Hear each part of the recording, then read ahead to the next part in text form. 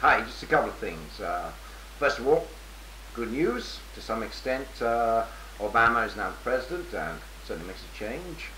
A man of color. I won't say black. He's half caste, but he's certainly not the standard line that you have as presidents. What will happen in the future and how this will develop is anyone's guess. I can't help but think about England with Thatcher. 13 years of Thatcher, then we got rid of her, well, at least the party got rid of her, and they replaced her with John Major, who served something like another, what was it, in total 7 years? Conservatism for 20 years, Conservatives. Long time. And during Thatcher, there were protests, there were new laws, Criminal Justice Act and all that lot. Okay, the people were fed up with Thatcher. In the end, the party had to remove her, and they placed a nice little neutral grey man by the name of John Major in power to hold the reins, as it were. All the horse has its mind of its own. Then we had Tony Blair. Tony Blair, great. Everyone was very happy. Nice, young, dynamic chap. Labour. Where did Tony Blair lead us? Where did Tony Blair lead us? Where will Obama lead you? Okay, will you allow him to lead you there? That's the question. Don't go back to sleep now and think, okay, now we got rid of Bush, everything's going to change. Until things change, don't rest, okay? Think of England, but don't lie back. That was my first point. Other points I wish to bring up. Communication, games, okay? Recently I had a little, yeah, it happens a lot on internet, it seems. I'm quite a strong personality, and sometimes my wording is taken out of context, and maybe I take the wording of other people out of context. But I would try to communicate without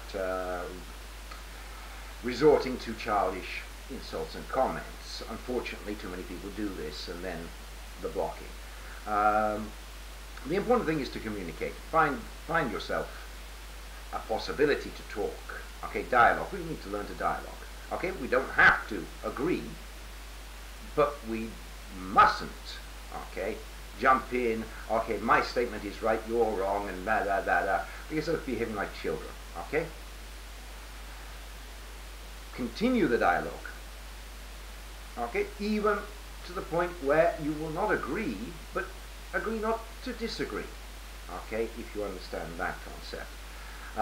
Which brings me to 2 points of YouTube activity that I noticed. Okay, the first was a troll who set up a user account identical to another user and then placed comments on my profile and on his profile, and then got us arguing for a little while until we realized what was going on.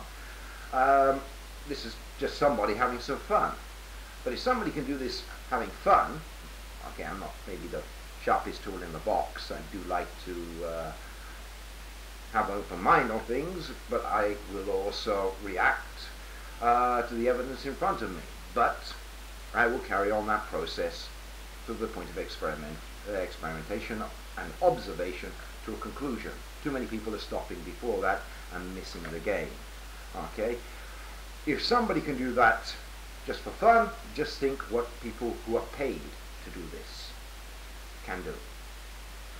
Okay, which then brings me on to another point about another video upload I did not myself here. It was part of a documentary. I can't remember the name now, but the video clip is called False Flag. Okay, and it talks about false flag missions. Please, okay, the naivety that is necessary to think that a government does not do this is unbelievable. And some of these people who, they're adults and they shouldn't be thinking like that. The ironic thing is they say, no, government censorship doesn't exist. Okay, government is doing good.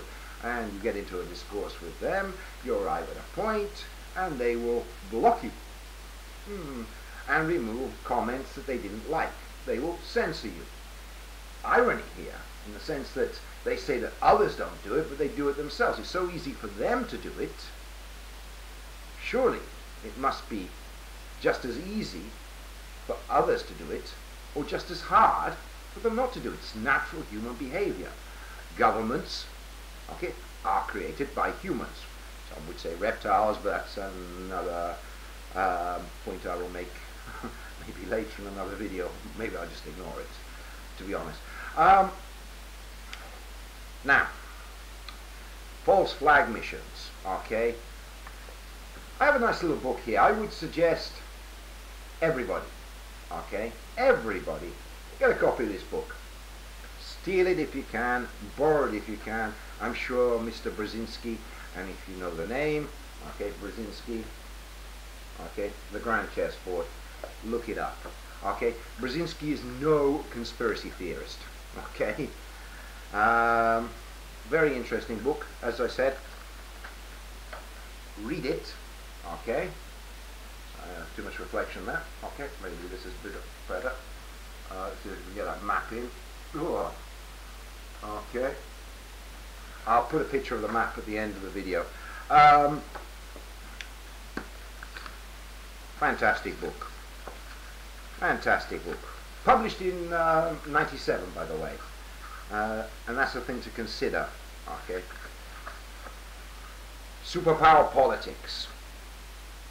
Okay, a nice little bit I've highlighted here. The last decade of the 20th century has witnessed a tectonic shift in world affairs. No shit, Sherlock. The first time ever a non-Eurasian power has emerged not only as the key arbiter of Eurasian power relations, but also as the world's paramount power. The defeat and collapse of the Soviet Union was the final step in the rapid accession of Western Hemisphere power.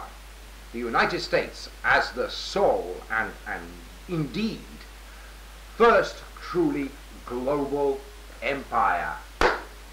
Okay, find out who the man is, find out what his job was, okay, find his circles, read his book, and open your eyes, and don't be so naive.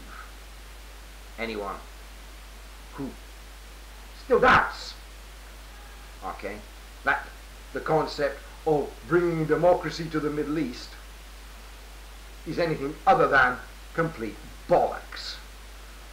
Ah, dear. Masons. Quick note on Masons, okay? You'll find them everywhere. Okay, there's another video coming on this subject later. I've started making it, but I'm not sure I'm going to put it up. Got many pieces mixed up here, there, and everywhere. The brain's just going overload. Trying to point things out to you lots, okay? It's us and them. Yeah, simplistic and not simplistic. Masons. You will find them everywhere in history, okay? There were a lot of Masons, there are a lot of Masons. It's a quite diffused group. It's an old group, so there are many members. So it's, let's say, in many cases, coincidental to the actual plan or game that's being played, that you find Masons on both sides. Look at the War of Independence. In America, you had Masons on both sides. Occasionally they would salute as they were shooting each other, or shooting at each other, or getting their troops to shoot at each other. Yes, this is the elite, and this is what we have to think about, changing that model. Okay? But how are we going to change that model? Okay, what will be the new model? And who are those that are against you, and who are those that can be potential allies? Okay? Remember, in America, you criticize Masons, some of you, but who wrote your Constitution, which you so desperately try to defend these days? They were all Masons, but one. Check it out. Yeah, that's about it. This was just a quick rant. No, nothing else. Take it as you will.